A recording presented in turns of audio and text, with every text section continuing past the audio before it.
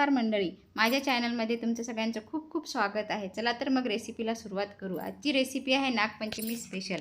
आपण एक वाटी डाळ घेतली, तिला चांगले 4-5 तास भिजू घातली होती, तिला धुवून घेतली आणि तिला कुकरमध्ये आता शिजायला लावलेली आहे पुरणासाठी। आणि इकडं आपण एक वाटी कणिक घेतली, म्हणजे गव्हाचं पीठ, त्यात मीठ टाकलं आणि त्याला चांगलं भिजवून घेतलं। त्याला तेलाचा हात लावला नाही, त्याला फक्त पाण्याचा हात लावून झाकून ठेवलं। हे बघा, आपली डाळ पण इकडे शिजलेली आहे कुकरमध्ये पुरणासाठी, जी आपण शिजवायला टाकली होती। आता ती चाळणीमध्ये गाळून घ्यायची, त्यातलं पाणी सगळं काढून घ्यायचं। बघा अशा प्रकारे ही माझी मुलगी पण बघते की डाळ कशी शिजली मम्मी। बघा, हे सगळं पाणी काढून टाकलं। हे पाणी आपण आमटीसाठी, डाळीसाठी कशाला वापरू शकतो।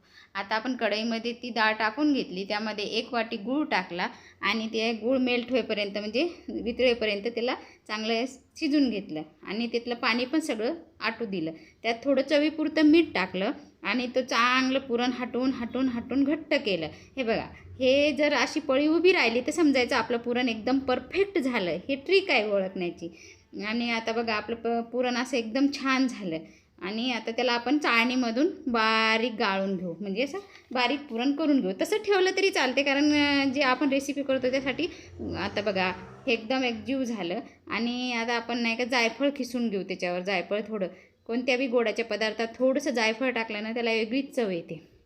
आता आपण त्याला एकजीव करून घेतलं आणि ही कणिक आपण इकडे भिजू घातलेली होती, ती चांगल्या प्रकारे मुरली। बघा, एक छान। आता त्याचा छोटा गोळा घ्यायचा आणि त्याला लाटून घ्यायचे, पातळ लाटायची, जी चपाती आपण लाटतो ती एकदम पातळ, बिना तेल लावता। हे बघा, आतून आपला हात दिसतो एवढी पातळ।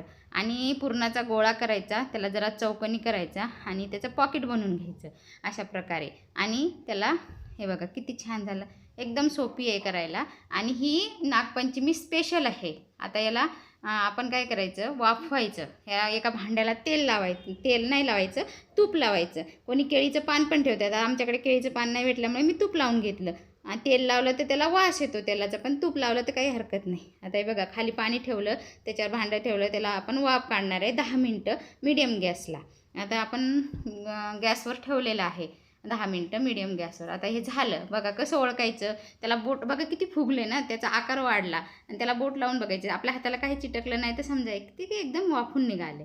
आणि हे बघा, अशा प्रकारे झाले पण आपले तयार। याला म्हणतात दिंडे। आता तुमच्याकडे काय म्हणतात तुम्ही कमेंट करून सांगा। ते दुधाबरोबर, तुपाबरोबर आपण खाऊ शकतो।